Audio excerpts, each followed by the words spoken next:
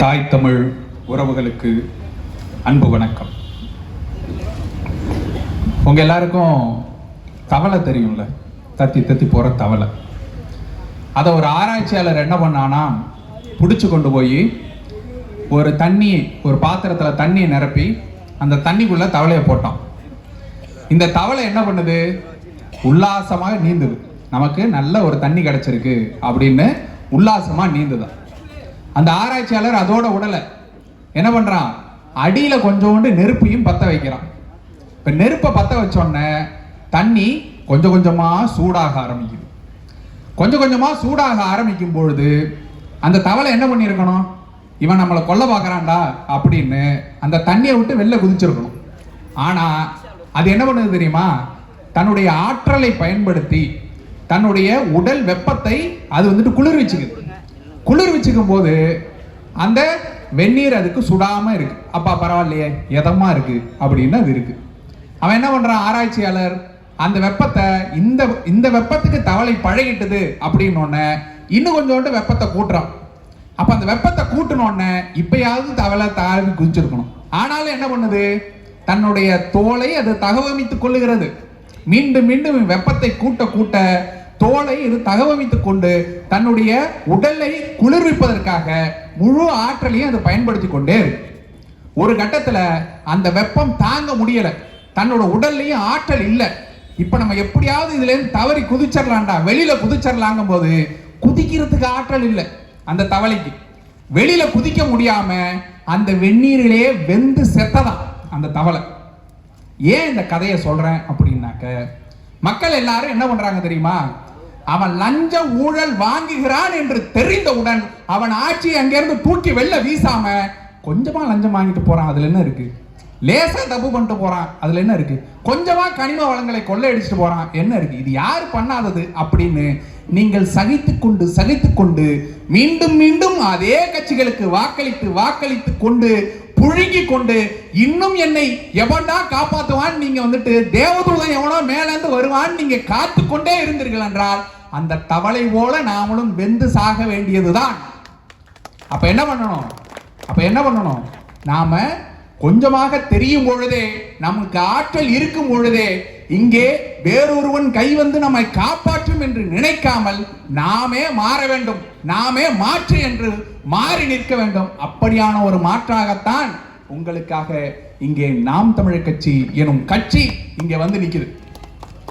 ஏன் மற்ற கட்சிக்கும் இதுக்கு என்னங்க வித்தியாசம்? என்ன வித்தியாசம்? ஒரே ஒரு வித்தியாசம் தான். இன்றைய தேதியில் தமிழகத்தில் கொள்கை என்று ஒன்று கொண்டு அந்த கொள்கையின்பால் நிற்கக்கூடிய கட்சியாக, கொள்கைன்னு பேச்சில் மட்டும் இல்ல, அந்த கொள்கையின்பால் நிற்கக்கூடிய கட்சியாக நாம் தமிழர் கட்சி என்ற ஒரே கட்சி தான் இங்க இருக்குது. எந்த அடிப்படையில் சொல்றீங்க? ஏங்க பாஜக கொள்கை இல்லையா? பாஜகவோட கொள்கையை எடுத்து பார்ப்போம். என்ன கொள்கைங்க? இந்துக்களை காப்பாற்றணும், இந்துத்துவ நாடு அமைக்கணும், அதுதான் எங்களோட கொள்கை.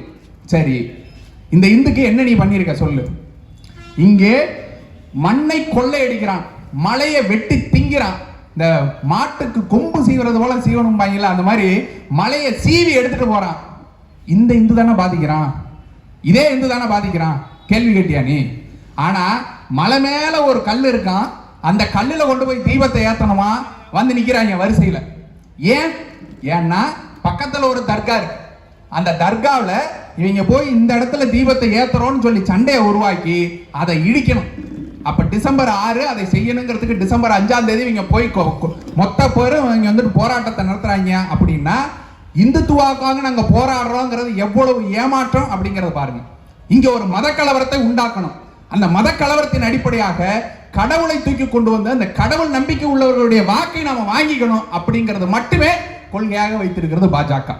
இது யாராவது மறுக்க முடியுமா? மறுத்து நீங்க பேசுவதற்கு இதே மேடையில் அவங்களுக்கு இடம் கொடுக்குறேன், வந்து பேசுங்க. பாஜக இந்துக்களுக்காக என்ன செய்து இருக்கிறது சொல்லுங்க. அதே இடத்தில் இந்த இடத்தில் கோயில்ல நீ கும்பிடணும்னு தானே சொல்ற. எந்த கோயிலுங்க கும்பிடணும்? எங்கள் தமிழ் கடவுள் முருகனுக்கு நாங்கள் விளக்கேற்ற கூடாதா? எப்படிங்க? திரும்ப ஒரு தடவை சொல்லுங்க. எங்கள் தமிழ் கடவுள் முருகனுக்கு நாங்கள் விளக்கேற்ற கூடாதா? சரி, அந்த தமிழ் கடவுளுக்கு எந்த மொழியில அர்ச்சனை பண்றீங்க சாமி? எந்த மொழியில அர்ச்சனை பண்றீங்க? ஒரு RSS காரன், ஒரு பாஜக காரன் இங்க வந்து தமிழ் கடவுள் முருகன்டா தமிழ் அர்ச்சனை பண்ணணும், தமிழ் கடவுள் முருகன்டா தமிழ்ல குடமுழக்க பண்ணணும். போராடு, வா வந்து நில்லு, ரோட்ல நில்லு, உன் கூட நானும் வந்து நிக்கிறேன், ஒரே ஒருத்தனை வந்து நில்லு பார்ப்போம். அப்ப வாயெல்லாம் மூடிக்குவாங்க. ஏன் தெரியுமா? சமஸ்கிருதம் பேசணுமோ, சமஸ்கிருதம் பேசணுமோ, அங்க போய் ஒளிஞ்சுக்கணுமோ. அதனால அங்கே நீ இந்து கிடையாது, நீ சூத்திரன், நீ வெளில போ, கருவறைக்குள்ள என்ன உள்ள விடு, நானும் சேர்ந்து பாடுறேன், என் தமிழ் கடவுள் என் கடவுள் தானே, நான் வந்து நிக்கிறேன் அப்படின்னு சொல்லி பாருங்களேன். டேய் நீ யாரா சூத்திரன், வெளில நில்றா அப்படிமா. ஏன் அப்ப இந்து கிடையாதா? எந்த சந்தில போச்சு அந்த இந்து? இந்துக்களுக்காக போராடக்கூடிய நாங்கள் எங்கடா போனீங்க? அப்பெல்லாம் வரமாட்டாங்க. இங்கே நீங்க மத வழிபாட்டை நம்ம எப்படி பார்க்கணும் அப்படின்னாக்க, மற்ற எல்லா மாநிலங்களை விட தமிழ்நாடு எங்கே முன்னோடியாக இருக்கிறது அப்படின்னாக்க, இங்கே கடவுளை நம்புவர்கள், வழிபாட்டை நம்புவர்கள் அதிகமாக இருப்பாங்க. வழிபாட்டை நம்புவர்கள், நீங்க கடவுள் நம்பிக்கைங்கிறத தாண்டியும் நீங்க எடுத்து பார்த்தீங்கன்னாக்க, மூத்தோர் வழிபாடு, குலதெய்வ வழிபாடு, இதையெல்லாம் கொண்டு இருக்கக்கூடிய ஒரு கலாச்சாரம் மிகுந்த மண்ணாக தமிழ் மண் இருக்கும். ஆனாலும் இங்கே ஒரு பொதுவாக நடக்கக்கூடிய நிகழ்வுகள் எல்லாத்துக்கும் எடுத்து பார்த்தீங்கன்னாக்க, இந்துக்களும் இஸ்லாமியர்களும் கிறிஸ்தவர்களும் எல்லோரும் ஒன்று கூடி நிற்பாங்க. பொங்கலுக்கு வந்து எல்லாரும் ஒன்னா நிற்பாங்க. ஜல்லிக்கட்டு ஒன்று நடக்குதுன்னா இஸ்லாமியர்கள் வந்து நிற்பாங்க. திருவண்ணாமலை தீபத்துக்கு கிரிவலம் போறாங்கன்னாக்க இஸ்லாமியர்கள் வந்து பழச்சாறு கொடுப்பாங்க. அப்படியான மண்ணாக இந்த தமிழ் மண் இருந்து கொண்டே இருக்கிறது. இதுல ஏதாவது ஒண்ணு பண்ணி கலவரத்தை உண்டாக்கிட்டோம் அப்படின்னாக்க, நாம இங்க ஆட்சியை பிடிச்சிடலாம்டா, இந்துக்களை ஒன்று திரட்டிடலாம் அப்படிங்கிற பேர்ல இவங்களும் எல்லா தகடத்திட்டமும் பண்ணி பார்க்கறாங்க. இவங்க முதல்ல ராமரை தூக்கிட்டு வந்தாங்க. ராமருக்கும் தமிழ்நாட்டுக்கும் என்னடா அப்படின்னு சொல்லி துரத்தி விட்டாங்க. அதனால ராமர் இங்க எடுபடல. சரி, பக்கத்து மாநிலத்துக்கு போனாங்க, ஐயப்பனை தூக்குனாங்க. இங்கதான் ஐயப்ப பக்தர்கள் தமிழ்நாட்டில் இருக்கிறாங்களே, அதை வச்சு அது ஒண்ணு கூட்டிடுவோம் அப்படின்னு பார்த்தாங்க. அதுவும் முடியல. அப்போ நாம் தமிழர் கட்சி இங்கே வலுவாக எங்கள் முப்பாட்டன் முருகன் என்று சொல்லி முருக வழிபாட்டை இங்க முன்னோக்கி நிக்கிறது அப்படிங்கிறதுனால தூக்கிட்டு வர்றாங்க. முருகனுக்கு வேல் வேல் வெற்றிவேல் வேல் யாத்திரை போறோம்னு தூக்குனாங்க. அப்பயும் அவங்க பேர் எடுபடல. இப்போ திருப்பரங்குன்றத்துல தூக்கி இருக்கிறாங்க. இதை ஒரு பிரச்சனையா கொண்டு வந்து மதக்கலவரத்தை உண்டாக்கி விடலாம்னு எழுதி வைத்துக் கொள்ளுங்கள். நாம் தமிழர் கட்சி எனும் கட்சி இருக்கிற வரை நீ இன்னொருத்தனை சிறுபான்மை என்று சொல்லி அவர்களை ஏமாற்றி அவர்கள் மீது வன்முறையை தூண்டுவதற்குண்டான எந்த வேலையும் உங்களால செய்ய முடியாது. ஏன் தெரியுமா? அவர்கள் சிறுபான்மையினர் கிடையாது, எங்கள் தமிழ் தேசிய பேரினத்தின் மக்கள் என்பதால் அவர்களை நாங்கள் தமிழர்களாக பார்க்கிறோம். ஒருபோதும் நீங்க எங்கள்கிட்ட பிரிவினைவாதத்தை உண்டாக்க முடியாது. இதுதான் பாஜகவுடைய அவர்களுடைய கொள்கை திட்டம். நாம அடுத்த கட்சிக்கு வருவோம். காங்கிரஸ் எடுத்துக்குவோம். காங்கிரஸுக்கு ஒரு கொள்கை ஏதாவது இருக்குதான்னு நீங்க யோசிச்சு பாரு. அதுக்கு கொள்கைன்னு ஏதாவது ஒண்ணு இருக்குதா? யார் எங்க நின்னாலும் அங்க போய் கூட்டணியில் நின்றுவோம். எங்கேயாவது 4 சீட்டு கிடைக்குமா? யாராவது நமக்கு வந்துட்டு பஞ்சம் புழைக்க விட மாட்டாங்களான்னு திருவோடு ஏந்தி கொண்டு போவது போல ஒவ்வொரு கட்சியா ஏந்திட்டு போகுது. எப்படியாக இருந்த காங்கிரஸ், ஐயா காமராஜர் காலத்தில் நேர்மை என்றால் அதை இங்கே செய்து காட்டிய ஒரு ஆளாக ஐயா காமராஜர் அவர்கள் இருந்தார்னா, அவர் காலத்தில் இருந்த காங்கிரஸ் இன்னைக்கு என்னவா இருக்குங்கிறத பாருங்க. எப்படியாக அடங்கி போய் சுருங்கி போய் எவன்டா நமக்கு அடைக்கலம் கொடுப்பான்னு, இன்னைக்கு விஜய் வந்தா நமக்கு அடைக்கலம் கொடுப்பாரா, திமுக வந்தா 4 சீட்டு கொடுக்குமான்னு தட்டேந்தி நிற்கக்கூடிய நிலைமையில காங்கிரஸ் இருக்கு. காங்கிரசுடைய இந்த நிலைமைக்கு காரணம் யார் தெரியுமா? காங்கிரஸ் எங்கெல்லாம் போட்டியிட்டதோ அங்கெல்லாம் ஒவ்வொரு தொகுதியாக சென்று நின்று நாம் தமிழர் கட்சியின் தலைவராக அண்ணன் சீமான் அவர்கள் நடத்திய போராட்டங்களும் அவர்கள் செய்த பரப்புரையும் காங்கிரஸை இங்க தொடர்ச்சி எறுவோன்னு நாங்கள் எடுத்த உறுதிமொழியும் காங்கிரஸை இந்த நிலைமைக்கு தமிழ்நாட்டில் தள்ளி இருக்கிறது. மறுக்க முடியுமா? காங்கிரசுக்கு கொள்கை என்று ஏதாவது ஒன்று இருந்திருந்தால் அவர்களால் இங்க நிலைத்து நின்றிருக்க முடியும். கொள்கையற்ற கட்சியால நிலைத்து நிற்க முடியல, சரிந்து கொண்டே போய் கொண்டிருக்கிறது. அதிமுக அதுக்காவது ஏதாவது தனியா கொள்கை இருக்குதா? நாங்கள் தான் திராவிடத்தின் வாரிசு அப்படின்னு ஒரு வாரத்துக்கு முன்னாடி சொல்லுவாங்க. அடுத்த வாரத்துல பாஜக என்ன சொல்லுகிறதோ அந்த பாஜகவுக்கு ஊதுகுழலாக பேசுவார்கள். அப்படியே எடுத்து பாஜக என்ன சொல்லுதோ அதை அப்படியே எடுத்து பேசுவாங்க. ஏன் தெரியுமா? எஜமான் கோச்சுக்குவாரு. எஜமான் கோச்சுக்கிட்டாருனாக்க நம்மளால இங்க பொழப்பு நடத்த முடியாது. அப்புறம் ஈடி ரைடு வந்துச்சுன்னா என்னங்க பண்றது? ஏற்கனவே நம்ம கிட்ட இருந்து பிரிக்கிறதுக்கு பாக்குறாங்க. ஏற்கனவே செங்கோட்டையன் ஒருத்தரை தூக்கிட்டு வந்தாச்சு, அவரை முதல்வர் வேட்பாளரா நாம நிறுத்திடலான்னு பாஜக ஒரு திட்டத்தை உருவாக்கிச்சு. அதை முறியடிக்கிறதுக்கே நம்மால எடப்பாடியார் அவர்களுக்கு பெருங்கனவா போயிடுச்சு. புரண்டு அவரை கட்சியில இருந்து நீக்கிறதுக்குள்ள எடப்பாடியாரோ படாத பாடுபட்டார். அவர் அப்படி போனாருனாக்க பாஜக சும்மா விடுமா அப்படின்னா, அதே செங்கோட்டையனை உருவ கொண்டு போய் வேற ஒரு இடத்துல சொருகி வச்சிருக்கிறது. அங்க இருந்து நான் எப்படி இயக்கிறேன்னு மட்டும் நீ பாரு, உன் கூட கூட்டணியா வந்தாவது நான் இயக்கவும் பாரு அப்படின்னு ஒரு இடத்துல சொருகி வச்சிருக்குது. பார்ப்போம் என்ன நடக்குது அப்படிங்கிறத. அதிமுகவும் கொள்கை என்ற எந்த ஒரு விஷயத்திலும் கொள்கை என்ற இதையே இல்லாமல் இருக்கு. அப்போ திமுக தான் தமிழ்நாட்டில் கொள்கை என்ற ஒன்று இருந்தாக்கா அது திமுக தானே இருக்கணுங்க அப்படின்னு நீங்க எடுத்து பார்த்தீங்கன்னா, ஏன்னா கொள்கை கொள்கை கொள்கைன்னு பேச்சில் பேசிக்கொண்டே இருக்கக்கூடிய ஒரு கட்சி திமுக. சரிங்க, என்னங்க உங்கள் கொள்கை? திராவிடம் தான் எங்கள் கொள்கை. அண்ணன் சீமான் வந்தாரு, ஒரே ஒரு போடுதான், திராவிடம்னா என்னடா சொல்லுங்கடான்னு. திராவிடம்னா என்ன அப்படின்னு ஒரே ஒரு கேள்விதான் கேட்டாரு. ஓடுறாங்க, பின்னங்கால் புரடையில் அடிக்க ஓடுறாங்க. ஒருத்தம் பதில் சொல்லுங்கடா, திராவிடம்னா என்ன? அது ஒரு நிலமா, மொழியா, இனமா, என்னவாக இருந்தது? வரலாற்று சான்று கொடு அப்படின்னு கேட்டாக்க ஒருத்தம் கூட நிக்க முடியாம ஓடுறாங்க, பின்னங்கால் புரடையில் அடிக்க ஓடுறாங்க. திராவிடம்னா அது ஒரு இனம்னாங்க, மொழினாங்க, வாழ்வியல்னாங்க, கடைசியில கல்யாணத்துக்கு வந்து நின்ட்டாங்க. இந்த கல்யாணம் நடக்குது இல்லைங்க, இதுதாங்க திராவிடம் அப்படின்னு சொல்லி கல்யாணத்துக்கு வந்து நின்ட்டாங்க. அதுதான் இதைத்தான் கல்யாணமாடா, கல்யாணம் தான் திராவிடமாடான்னு அண்ணா அதுக்கு தான் கேட்டாரு. அதுக்குதான் 3 பொண்டாட்டி கட்டினீங்கடா ஆளுக்கு ஆளுக்கு அப்படின்னு. அதே போல கொள்கைன்னா என்ன? சரிங்க, எங்களுடைய கொள்கை சமூக நீதி. சமூக நீதியா? அப்படியா? வேங்கை வயல் என்ற ஒரு பிரச்சனை நடந்துச்சு, உங்களுக்கு எல்லாம் தெரியாதா? வேங்கை வயல்ல மலம் கலந்த தண்ணீரை குடிக்க வைக்க அவர்கள் என்னவெல்லாம் வேலை செய்தார்கள். நான் வந்துட்டு ஒரு சாதியில் பிறந்து விட்டதாலேயே தீண்டாமை இருக்கும் அப்படின்னாக்க அந்த இடத்தில் இருப்பதை விட காற்று விஷமாகட்டும் அப்படின்னார் அம்பேத்கர் அவர்கள். இப்போ இந்த இடத்தில் அந்த மாதிரி இடத்துல வேங்கை வயல்ல தண்ணி தொட்டியில மலத்தை கலக்கிறான், கலந்து குடிங்களா என் மலத்தை அப்படின்னு சொல்லி கொடுக்குறான். என்ன நடவடிக்கை எடுத்தது திமுக? திமுக என்ன நடவடிக்கை எடுத்தது? அவர்கள் மீது ஒரு ஆதாரபூர்வமான குற்றச்சாட்டை நிரூபித்து இவன் தான் குற்றவாளி என்று கைது செய்து உள்ள தள்ளியிருக்கணுமா இல்லையா? கைது செய்தா பெரும்பான்மையான வாக்கு விழாது. வாக்குக்காக நம்ம என்ன பண்ணுவோம்?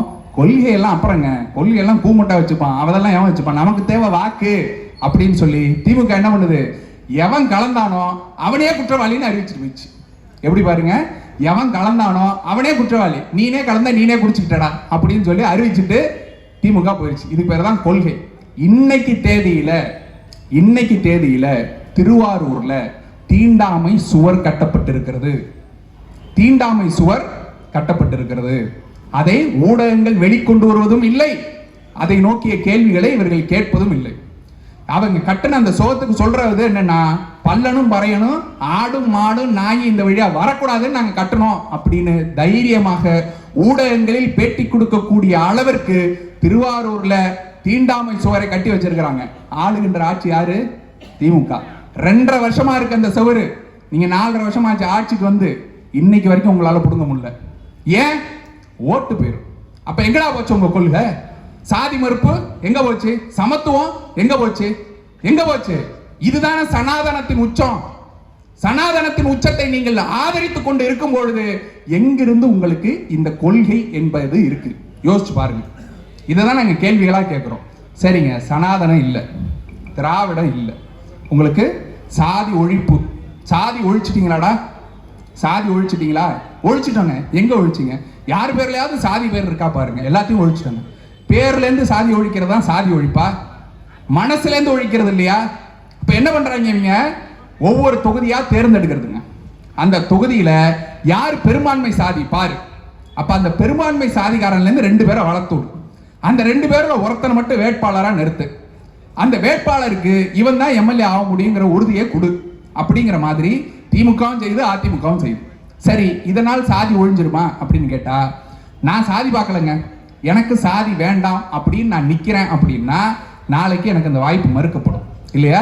அதனால ஐயோ நம்ம வாய்ப்பு போயிடுச்சு, அப்ப நாம என்ன பண்ணணும்? இந்த சாதிக்காரனை எல்லாம் ஒண்ணு சேர்க்கணும், இந்த சாதியில நம்ம வந்துட்டு ஒரு பெரிய ஆளா இருக்கணும், அப்பதான் நமக்கு இந்த திமுக வாய்ப்பு கொடுக்கும்ங்கிறதுக்காக ஒவ்வொருத்தனும் சாதியவாதியாக மாறிக்கொண்டு இருக்கிறாங்கிறத நீங்க புரிஞ்சுக்கணும். இது எவ்வளவு ஆழமான நுட்பமான உளவியல்ங்கிறத நீங்க புரிஞ்சுக்கணும். ஏன் சாதி பார்த்து வேட்பாளர்களை நிறுத்தக்கூடாதுன்னு நாம் தமிழ் கட்சி மீண்டும் மீண்டும் சொல்லுதுன்னா அதுக்கு காரணம் இதுதான். நீ என்னைக்கு வந்துட்டு சாதி பார்த்து ஒருவனை வேட்பாளராக அறிவிக்கிறாயோ அந்த நொடியே அந்த சாதியை வளர்த்து விடுவதற்குண்டான வேலைகளை செய்கிறேன்னு அர்த்தம். அப்ப அதை செய்யும் போது என்ன நடக்குது? இங்க தான் சாதி பெருமை பேசக்கூடிய நபர்கள் அமைச்சர்களா வந்து உட்கார்றாங்க. அமைச்சர்களா வந்து உட்கார்ந்துட்டு என்ன பண்றாங்க? ரெட்டியார் மாநாட்டு சங்கத்துல போய் பேசுறாங்க. நாங்கெல்லாம் வந்ததுக்கு காரணமே என்னன்னாக்க உங்களை எல்லாம் முன்னேற்றி விடுறதுக்கு தான், அரசு வேலைகள்ல எல்லாம் உங்களை எல்லாம் கொண்டு வந்து திணிக்கிறதுக்கு தான் அப்படின்னு தெலுங்கர்களை கொண்டு வந்து இங்க அரசு வேலை வாய்ப்புகளில் திணிப்பதற்காக இருக்கிறது தான் சாதி மறுப்பாடா? அதுக்கு பேர் தான் சாதி மறுப்பா? இதுக்கு பேர் தானா? நாங்க என்ன கேட்கிறோம்? சாதி மறுப்பை நாம் தமிழர் கட்சி சொல்லுகிறது. என்ன சொல்லுது? சாதி பார்த்து வேட்பாளர்களை நாங்கள் நிறுத்த மாட்டோம். நாங்கள் நிறுத்தும் வேட்பாளர்களை சாதி பார்த்து வாக்களித்தால் உன் ஓட்டு எனக்கு தீட்டு, அதை நீ போடாத, வேற எவனுக்கோ போட்டுக்க போ. அப்போ யாரா நீ பார்க்கணும்? என்னை நீ தமிழனாக பார். நானும் தமிழன், நீனும் தமிழன், தமிழ் பேரினத்தில் பிறந்த உறவாக, ரத்த உறவாக பார்த்தா எங்களுக்கு வாக்கு செலுத்து, இல்லைன்னா உன் ஓட்டு எனக்கு தீட்டு, நீ போடாதன்னு தைரியமாக ஒரு மேடையில் ஏறி சொல்லக்கூடிய ஒற்றை கட்சி நாம் தமிழர் கட்சியும் அண்ணன் சீமானும் மட்டும்தான். வேற எவனுக்காவது தைரியம் இருக்கா சொல்லு. ஒரே ஒருத்தன் சொல்ல சொல்லு, சாதி பார்த்து ஓட்டு போட்டா எனக்கு தீட்டு அப்படின்னு சொல்ல சொல்லு. புதுசா வந்திருக்க கட்சி சொல்லுமா? சொல்லுமா? நாங்கள் என்ன சொல்றாங்க, கொள்கை என்னடா கேட்டு பார்த்தா ஒருத்தனுக்கு தெரியவே இல்லை. கடைசியில வந்து இப்ப என்ன சொல்றாங்கன்னா, பிறப்புக்கும் என்ன உயிருக்குன்னு வச்சிருக்காங்க, அதுதாங்க எங்க கொள்கையை அப்படின்ட்டாங்க. சரியா? பிறப்புக்கும் எல்லா உயிருக்குங்கிறது வந்துட்டு திருக்குறள். அதனுடைய அடுத்த வரியாவது சொல்லுங்கடா. அடுத்த வரி நாங்க வாட்ஸ்அப்ல பார்த்துட்டு வந்து அப்புறமா சொல்றோங்கிறாங்க. அடுத்த வரி தெரியாது. அப்ப பிறப்புக்கும் எல்லா உயிருக்கும் அதுதாங்க எங்க கொள்கை. சரிங்க, பிறப்புக்கும் எல்லா உயிருக்கும். இப்ப சமீபத்துல சாதிய ஆணவ படுகொலையாக கவிஞனுடைய படுகொலை நடந்து முடிஞ்சது. இன்னைக்கு வரைக்கும் வாயை திறந்து பேசுறீங்களாடா? ஒரு வார்த்தை, ஒரு கண்டனம், ஒரு மறுப்பு சொல்லுங்க. சாதி மதத்தால் யாரையும் பிரிக்க கூடாது. எங்களுக்கு பாஜக தான் முதல் எதிரி. எப்போ வரைக்கும்? கரூர் சம்பவம் வரைக்கும். கரூர் சம்பவம் முடிஞ்சதுல இருந்து ஒருத்தன் வாயில கூட பாஜகங்கிற வார்த்தையே வரலங்க. ஏன்? அடியில நாங்க வந்துட்டு பில்டிங் ஸ்ட்ராங்கு, பேஸ்மெண்ட் வீக்கு அப்படின்னு தொட்ட நடுங்குது. பாஜக என்ற பாஜக என்ற பேரை சொல்லிவிட்டால் எங்க நமக்கு இருக்கிற கேஸ் வந்துட்டு நம்ம மேல வந்துட்டு பாஞ்சிருமோ, நம்மளை வளைத்து போட்டு விடுவார்களோ என்ற பயத்துல தொட்ட நடுங்குது. ஒருத்தம் கூட வாயை திறந்து பாசிச பாஜகன்னு சொல்லவே மாட்டாங்க கரூர் சம்பவத்துக்கு பிறகு. சரியா? இந்த மலையில தீபம் ஏத்துறாங்கன்னு கொண்டு போய் இந்த மத கலவரத்தை உண்டாக்குறாங்களே, உங்களோட கருத்து என்ன? நவத்வாரங்களையும் பொத்திக்குவோம். 1-2 இல்ல, நவத்வாரங்களையும் பொத்திக்குவோம். வெளியிலே வர மாட்டோம், கருத்தே சொல்ல மாட்டோம். ஐயா நாஞ்சில் சம்பவத்தை கேட்கிறாங்க, என்னங்க விஜய் கருத்தே சொல்லணும்? அவர் கருத்து சொல்லாம இருக்கிறது தாங்க நல்லது. கருத்து சொல்லாம இருக்கிறது தான் நல்லதா? யாருக்கு நல்லது? மக்களுக்கா? இல்லைங்க, கருத்து சொல்லாம இருக்கிறதா விஜய்க்கு நல்லது. இல்லைன்னா அவர் அம்பலப்பட்டு போயிடுவாரு. அதனால கருத்து சொல்லாம இருக்கிறதே நல்லது அப்படிங்கிறாங்க. அப்போ கொள்கையற்ற கூமுட்டைகளாக பலரும் வந்து கொண்டு இருக்கிறார்கள். திமுகவுக்கு வேற ஏதாவது கொள்கை இருக்குதா? இங்கே தமிழர்களை வளர்த்தெடுப்பதே, தமிழை வளர்த்தெடுப்பதே எங்கள் கொள்கை அப்படின்னு திமுக வரும்போதெல்லாம் சொன்னாங்க, எங்கும் தமிழ், எதிலும் தமிழ், நாங்கள் வாழ்கின்ற இடத்தில் எல்லோற்றிலும் தமிழ், தமிழர்களை முன்னிறுத்துவோம், தமிழர்களே. என்னை கடலில் தூக்கி போட்டாலும் நான் கட்டுமரமாகத்தான் மிதப்பேன், அதில் ஏறி நீங்கள் பயணிக்கலாம் எல்லாம் பேசுறாங்க. தமிழேன்னு பேசிக்கிட்டே இருந்தாங்க. ஆனா இன்னைக்கு தேதியில ஒரு இடத்தில் தமிழ் இருக்கிறதா? எடுத்து பாருங்க. இவர்களுடைய ஆட்சி தான் 50 ஆண்டு காலமாக மாறி மாறி திராவிட ஆட்சி தான் நடந்துட்டு இருக்கு. ஏதாவது ஒரு இடத்துல தமிழ் இருக்குதா? நாம எடுத்து இந்த தெருவில் இப்படியே போவோம், உங்களுடைய எல்லாத்தையும் கேமராவெல்லாம் தூக்கிட்டு வாங்க, படக்கருவிகள் எல்லாத்தையும் தூக்கிட்டு வாங்க, நாம அப்படியே போவோம், தெருவாக போவோம். ஒரு கடை பெயரில் தமிழில் இருக்கிறதா? ஒரு கடை பெயர் தமிழில் இருக்கிறதா? இல்ல அதை தாண்டி போவோம், பள்ளிகள்ல போவோம், பள்ளிகள்ல பாடத்திட்டமாக தமிழ் இருக்கிறதா? நான்லாம் படிக்கும்போது தமிழ் மீடியத்தில் படித்தேன், தமிழ் வழிக்கல்வியில படித்தேன், தமிழை ஒரு பாடமாக படிக்கவில்லை, தமிழ் வழிக்கல்வியில படித்தேன். இன்னைக்கு என் மகளுக்கு தமிழ் வழி கல்வியில ஒரு பள்ளியை தேடலான்னு பார்த்தா ஒரு பள்ளி இல்லை. இருக்கிற தனியார் பள்ளிகள் அத்தனையும் ஆங்கில வழி பள்ளி தான். இன்னும் சொல்ல போனா ஹிந்தி வழி பள்ளி தான்.